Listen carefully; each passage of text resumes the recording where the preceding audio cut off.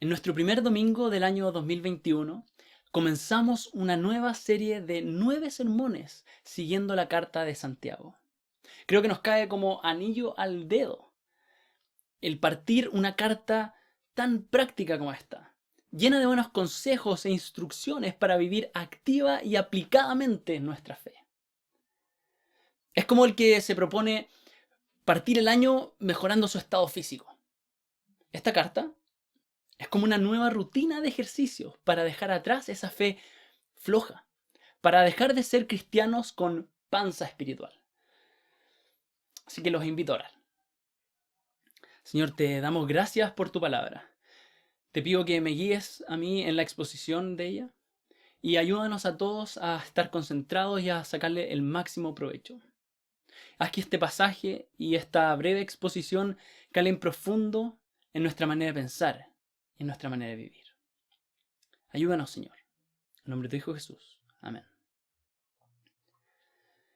Los expertos tienden a concordar que esta carta fue escrita por Santiago. O sea, obvio, lo dice en la primera línea. Pero no es cualquier Santiago, sino también el también conocido como Jacobo, hermano de Jesús, quien también creyó en él al verlo resucitado, al recibir su enseñanza durante 40 días, entre su resurrección y la ascensión. Santiago, quien había asumido como líder de la iglesia en Jerusalén, escribe a los cristianos dispersos, probablemente los mismos que habían sido dispersados por la persecución descrita en Hechos 8, cuando Saulo estaba allí aprobando la muerte de Esteban. Saulo, por su parte, causaba estragos en la iglesia, entrando de casa en casa, arrastraba a los hombres y mujeres y los metía a la cárcel. Los que habían sido dispersados predicaban la palabra por donde quiera que iban.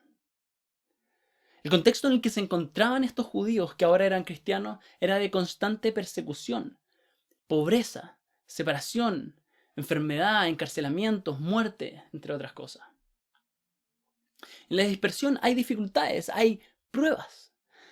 En cierto sentido, y guardando las proporciones, dificultades y pruebas como las que nosotros vivimos el año pasado. Todos sufrimos en mayor o menor medida. Sufrimos la separación de nuestros seres queridos, de nuestros amigos, de nuestros hermanos en la iglesia, soledad, desorientación, desánimo, ansiedad, miedo, la enfermedad misma, muerte, conflictos, peleas, divisiones, dificultades económicas, pérdidas de trabajo, inseguridad, el hecho de estar lejos de la iglesia, algunos con enfriamiento espiritual, cansados de la constante lucha con el pecado, agobiados por las presiones del mundo, viendo las injusticias. Por eso es que también podemos reaccionar como lo muestran las redes sociales, que están plagadas de frases como por fin terminó el peor año, entre otras cosas. Y sí, no fue un año fácil, como tampoco era la persecución para los primeros cristianos, que estaban constantemente sometidos a dificultades y pruebas. Pero miren lo que dice Santiago a esos cristianos en esas circunstancias. Verso 2. Hermanos míos, considérense muy dichosos cuando tengan que enfrentarse con diversas pruebas. ¿Dichosos? Santiago le está diciendo que deben estar dichosos por todo lo que está pasando.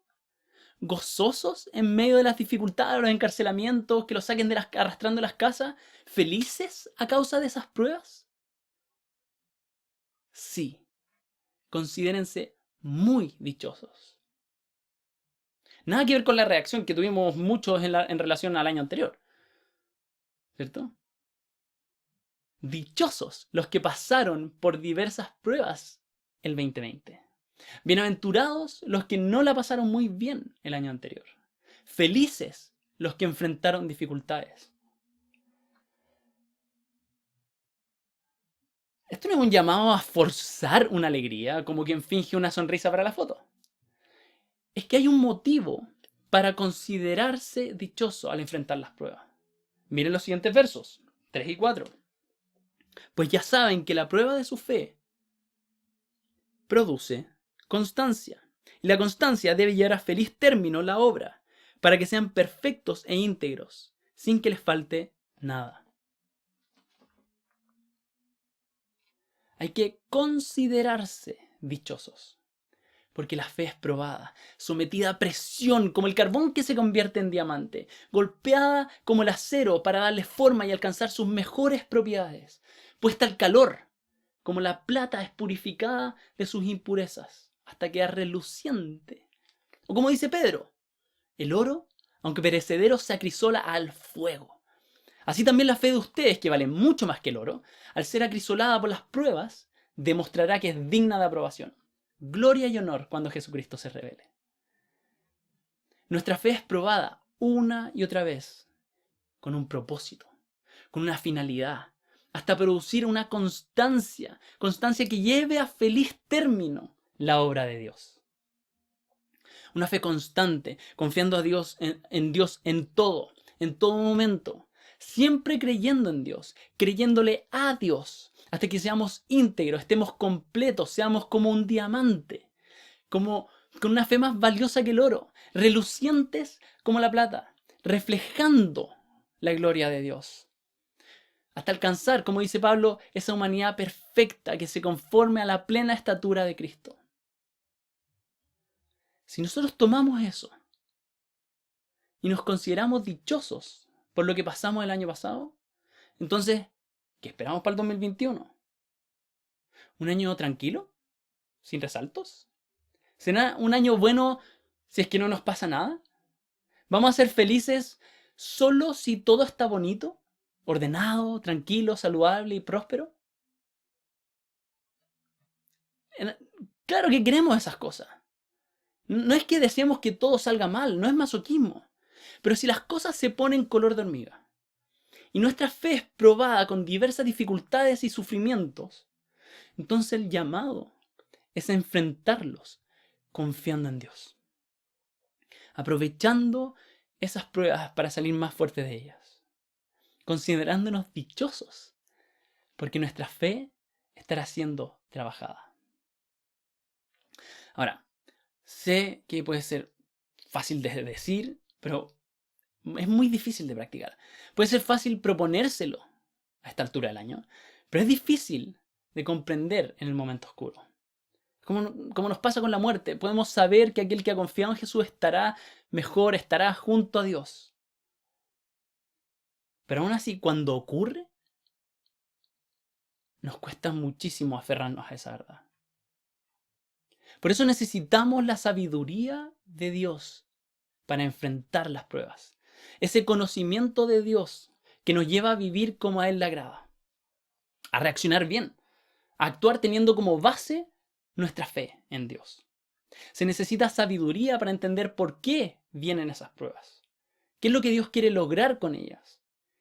Y para recordar el propósito final de dichas pruebas. Por eso Santiago continúa. Verso 5. Si a alguno de ustedes les falta sabiduría, pídasela a Dios y Él se la dará. Pues Dios da a todos generosamente sin menospreciar a nadie. Pero que pida con fe, sin dudar. Porque quien duda es como las olas del mar, agitadas y llevadas de un lado a otro por el viento. Quien es así, no piense que va a recibir cosa alguna del Señor. Es indeciso e inconstante en todo lo que hace. Para enfrentar las pruebas y salir victorioso, aprovechando la oportunidad para crecer en fe, se necesita de la sabiduría de Dios. Se necesita que Dios nos dé esa sabiduría. Y para ese recibir se necesita fe. Entonces nos encontramos frente a un círculo virtuoso entre la fe y la sabiduría. Necesitamos creer en Dios para poder conocer a Dios. Y esa sabiduría alimenta nuestra confianza en Dios para creerle y así vivir como Él manda. Así que cuando enfrentamos pruebas, debemos con fe, es decir, confiando en Dios, pedir su sabiduría que es necesaria para interpretar y recibir esa prueba como algo que forjará nuestra fe. Sin esa sabiduría de Dios no entenderemos nada y vamos a reaccionar mal ante esa prueba. Y si pedimos sin fe, si dudamos, entonces estamos dudando de Dios. Es como un chileno queriendo meterse al mar. Viaja hasta la playa para meter las patitas al agua, se acerca al agua chilena, que es fría, y a la primera olita sale corriendo. Lo vuelve a intentar y vuelve a salir corriendo. Y así puede estar un buen rato indeciso si se mete o no. Si vas a pedir a Dios, no lo hagas como un chileno indeciso frente al mar, sino con fe, confiando en Dios. No es que haya que pedir con fe, como si se tratase de un fuerte sentimiento optimista que nace de nosotros. Como que las cosas que realmente deseamos, con fuerza y concentración, esas se van a cumplir. La fe cristiana no es eso. La fe cristiana es creerle a Dios, es confiar que Dios es capaz. Y esa confianza se expresa en cómo vivimos, cómo actuamos. Es directamente proporcional a cuánto conocemos a Dios. Mientras más conozco a Dios, más voy a confiar en Él. Así, mientras más conoces a Dios, sabrás que Él te dará toda la sabiduría necesaria para enfrentar y superar las pruebas de fe, para que salgas aprobado. Así que pide esa sabiduría. Pidamos esa sabiduría, que Él te enseñe, te guíe en cada decisión, cada movimiento frente a las pruebas. Y eso implica confiar solo en Dios y no aferrarse a nada más que solo a Él. Una de las pruebas que enfrentaban los cristianos en la dispersión era las dificultades económicas. ¿Y no es una prueba para nosotros también? Produce otras situaciones complicadas o cualquier prueba que yo reciba en esa circunstancia de dificultad económica pega más fuerte cuando estamos así. Cierran supermercados, si no tengo dinero no tengo cómo defenderme. Me enfermo y comienzan a llegar las cuentas que no tengo cómo pagar. Me tengo que quedar encerrado y no tengo cómo entretenerme. Cierran la locomoción colectiva y ahora cómo llego al trabajo. Me cierran el trabajo y ahora cómo vivo. Por el contrario, el rico muchas veces descansa en que todo lo puede solucionar con el dinero. No tengo comida, no importa, pido comida. Me enfermo, tranquilo. Los mejores doctores me atenderán. Estoy abrumado, tranquilo. Me pago unas buenas vacaciones. ¿Estoy aburrido? No creo. Me puedo financiar todos los hobbies. ¿Estoy dolido? No por mucho.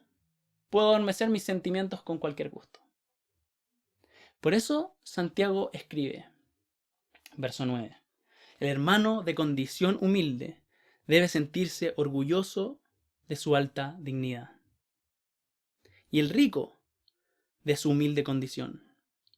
El rico pasará como la flor del campo. El sol, cuando sale, seca la planta con su calor abrasador. A esta se le cae la flor y pierde su belleza. Así se marchitará también el rico en todas sus empresas. Esto es una advertencia para los ricos. Para los que anhelan ser ricos. O para los que teniendo poco se comportan de la misma forma. Porque el problema no es tu dinero, la cantidad de tu dinero. Porque Dios es el dador de todo. El problema es dónde estás poniendo, o dónde estamos poniendo nuestra confianza. ¿Dónde estás poniendo tu descanso? ¿Con qué estás solucionando tus problemas? Es una advertencia para todos nosotros. Tengamos mucho o poco. Podemos igual estar poniendo nuestra fe en el dinero y enfrentando las pruebas a punta de dinero. Entonces queda la pregunta, ¿por qué el hermano de condición humilde debe sentirse orgulloso? Porque él solo puede confiar en Dios. Su fe es probada y solo queda la fe. Solo tienes la fe para sostenerse. Y lo que importa es la fe. Así que nada de sentirse menos que el rico. Las riquezas del rico se las lleva el viento. Un día están, otro día no. Las posesiones terrenales se las come la polilla. A propósito de la plaga de polillas que tuvimos el año pasado. Jesús dijo, no acumulen para sí tesoros en la tierra, donde la polilla y el óxido destruyen, y donde los ladrones se meten a robar. Más bien, acumulen para sí tesoros en el cielo, donde ni la polilla ni el óxido carcomen, ni los ladrones se meten a robar. Porque donde esté tu tesoro, allí también estará tu corazón. Así que mis queridos hermanos, considerémonos dichosos por las pruebas que enfrentamos el año pasado. Y preparémonos para un 2021 que sin duda tendrá sus propias pruebas. Y digamos, dichoso el que enfrenta sus pruebas, pidiendo sabiduría a Dios y no se aferra a nada más que a Él.